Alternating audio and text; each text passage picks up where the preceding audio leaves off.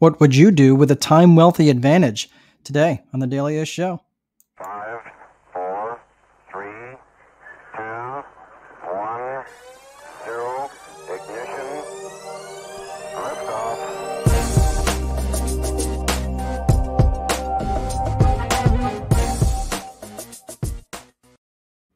Hello, everyone. Welcome to the Daily Show, a show not just for rental housing providers, but anybody looking for a little bit more white space on your calendar. It's amazing to be here. It's good to be back. We were having a long vacation in Nashville, which if you have not vacationed in Nashville, I'm telling you, I don't know that I had a bad meal the entire week. Well, we were off for like 10 days. We were down there for a full week. And it's interesting. It's interesting about Nashville. And the interesting thing about Nashville is when you tell people you're going to Nashville, the first thing that they will tell you if they have been to Nashville is, "Oh my gosh, you have got to eat at whatever the place is and try their whatever the food is." Not gonna lie, I had some pretty darn good food recommendations, and the one that stuck out to me the most. Now, I'll say Jason Aldean's place the food was pretty impressive, but I got to tell you, the Stillery with their mac and cheese and their Nashville chicken on top, man, that is life altering. And I gained 7 pounds while I was down there. So fortunately I got it all. Fortunately I got it back down, but it was worth it. It was so incredibly worth it. Anyway, great job, Nashville. We got to see Old Dominion down there, and we were down there with our 14 and 16-year-old and Jen and baby Liliana on the way. So technically that's her first concert, right? That kind of counts, right? I think it should count. But anyway, no, Liliana will be arriving at some point in mid-October, although I don't know. The money seems to be that she's going to come early. I don't know. We'll see. But anyway, Jen, my bride, she did the best she could. The heat was ungodly hot down there. The heat index was well above 100 degrees every single day, but it was so worth it. So we had a really, really good time. And the sweet tea, my God, what do you put in the sweet tea down there in Nashville? I mean, seriously, what? I don't know. Does anybody know? I mean, it's like a biblical event. So, you thought my headline was, "What would you do for a Klondike bar?" Yeah. Yes, I'm not sure who this is. I can only see its Facebook user, but yeah, I wasn't trying hard. I know I was trying pretty hard, but I was still exercising every morning. So maybe I should have just given up on that. But holy moly, it was ungodly hot there. A lot of it, I got to sweat out. So anyway, what would you do with a time wealthy advantage? And what am I even talking about with that? It's about having complete and total control over your time, over your calendar, and so forth. But the interesting thing is that, as I'm alluding to here with our vacation, we had an amazing time, and it was really nice because there really wasn't a whole lot of time where I really thought about my business. And I and I have this conversation with a lot of folks who, ask me about, in fact, I've had a lot of people come to me recently asking about coaching. Whether I coach them. And some people, quite frankly, I'm being honest with you, they're not quite ready for coaching. They're not quite ready. They're not ready for that. That's not the level that they're at. And some people, they are ready for it, and they're afraid to make the investment. I get it. I understand. I've been there.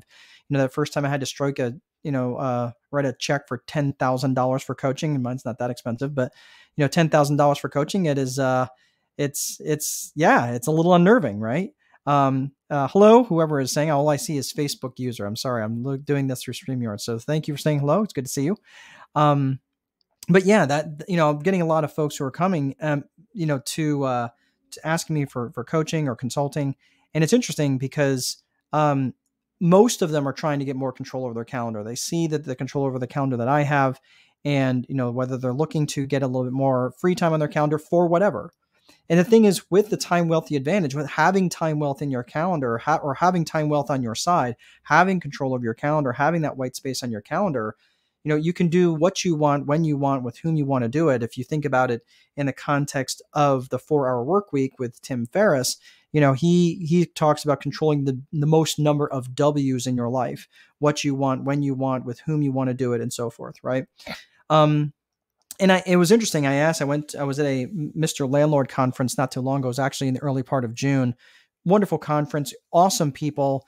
Jeffrey Taylor is a class act. I really enjoyed working with him. Of course, I got to see Randy Hughes, who talks about He's known as Mr. Land Trust. Really great way to secure assets and doing asset protection and so forth. Just a really good bunch of folks. And it was interesting when I asked this question of who wants to be in the rental business. Um, Not very many hands went up. Did you notice where I said where I was? I was at a Mr. Landlord conference, and not very many hands went up when I said who wants to be in the rental business. No, the reality is they don't want to be in the rental business. I mean, most people weren't. I mean, and I asked that question twice in that room, and I was like, who wants to be in the rental business? But when I asked that question a slightly different way, and I said, well, what if you woke up with $300 million in your bank account? Well, of course, would you be interested in that? Yeah, every hand went up. And I said, well, hang on just a second. Are you interested in the rental business for the purpose of what it can deliver for you? Or are you really interested in that? Now, most people, if I said, look, if you were interested in having a lifestyle where you could, have complete control over your calendar, you could do what you want, when you want, and you really didn't worry about how you were making money. You might do a little bit of work on the front end and you can make massive passive amounts of income, passive income on later on for years and years and years to come. Would you be interested in something like that? Of course, every hand in the room goes up. So the reality is there's a lot of folks who really, it's kind of funny that they want to be in the real estate business. They live, breathe, and die real estate. I'm not going to try to change their mind. I'm not going to tell them that they're wrong. But I will tell you that, it was really nice spending a lot of time in Nashville, with our two adults, or with our two sons, not adults yet, but of course they think so, but with our two teen sons who are 14 and 16, and with Jen, and we can be completely present with one another. And I wasn't worried about the day-to-day operational stuff of what was or what wasn't getting done, because I have systems in place and I have amazing people working the part of the business that they want to do. Right. So it's interesting when I said, what if you did wake up with $300 million in your bank account, and they're like, oh, no, sir, you take that money back. I didn't earn it via rental properties. No, of course not. They would go on and live their life, according to whatever vision that they established. The problem is that they haven't really established a vision. The interesting thing was when I talked about this, when in terms of control, in terms of having a vision, many of them, and I'd say, well, what is it you're trying to accomplish? Many of them would respond with what in essence was a business vision. Okay. They would say, well, I want 50 rental units. I want to flip 30 houses. I want to, right. That's a business vision.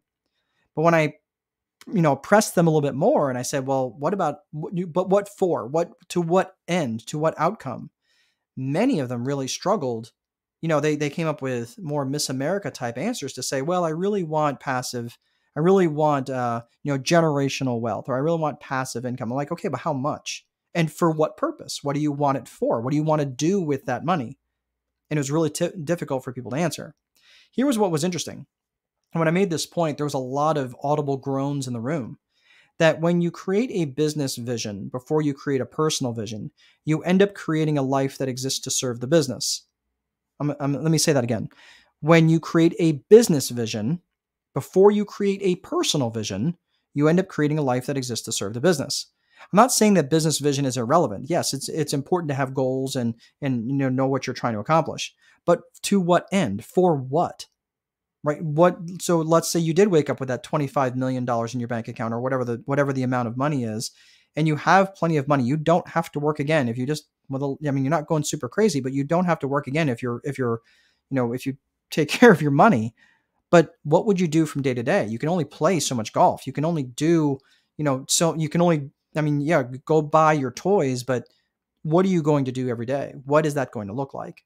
And I'll be honest with you, even if I woke up with $300 million in my bank account, I would still likely do this.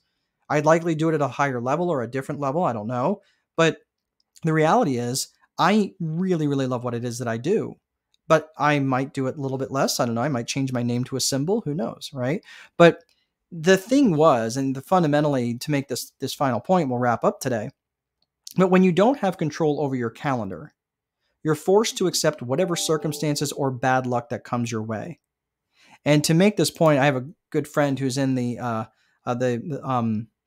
she does fitness, right? She's a fitness instructor, and she's a high end fitness instructor. Like she charges, I think her minimum to buy into her program is like $50,000. I mean, she's a very high end. I mean, she's getting ready to go national or professional circuit. Just amazing what she does. But she made this really, her name's Corrine. And Corrine made this one point. She says, if we don't make time for wellness, but we sure make time for illness. I don't know. It makes a lot of sense. So anyway, that's all I have for today, folks. Thanks for joining me today. If you're watching this on replay, just put #replay. I'd love to know, what it is. What do you think about this? What do you think about this? What would you do with $300 million in your bank account? Or what would you do if you didn't have a job description as a life description? You could, you weren't worried about how you were making income. How would you spend your day? What would your personal vision be? All right. Well, that's all I have, everybody. Have a great rest of your day. I am going to be heading into our mastermind session starting tomorrow with one of our inner circle groups. I absolutely love the masterminds. If you are not in a mastermind and you are a professional in any aspect, I would really invite you to join a mastermind. They are absolutely amazing. I'll tell you what, one of the most amazing pieces of being involved in a mastermind. Now, I just get to be kind of Ryan Seacrest. I just kind of a fly on the wall and let that play out. But if you've not been in a mastermind before, really what it is where you get, mine are purposely limited to 12. I have one that's already fully formed, and I have another one that is halfway formed. But the interesting thing about that is everybody gets basically a time, whether it's 45 minutes or an hour or whatever it is, in the hot seat, and they just go and explain what it is that they're working through or they need advice on or whatever it is, and everybody pours into them for that full 45 minutes to an hour.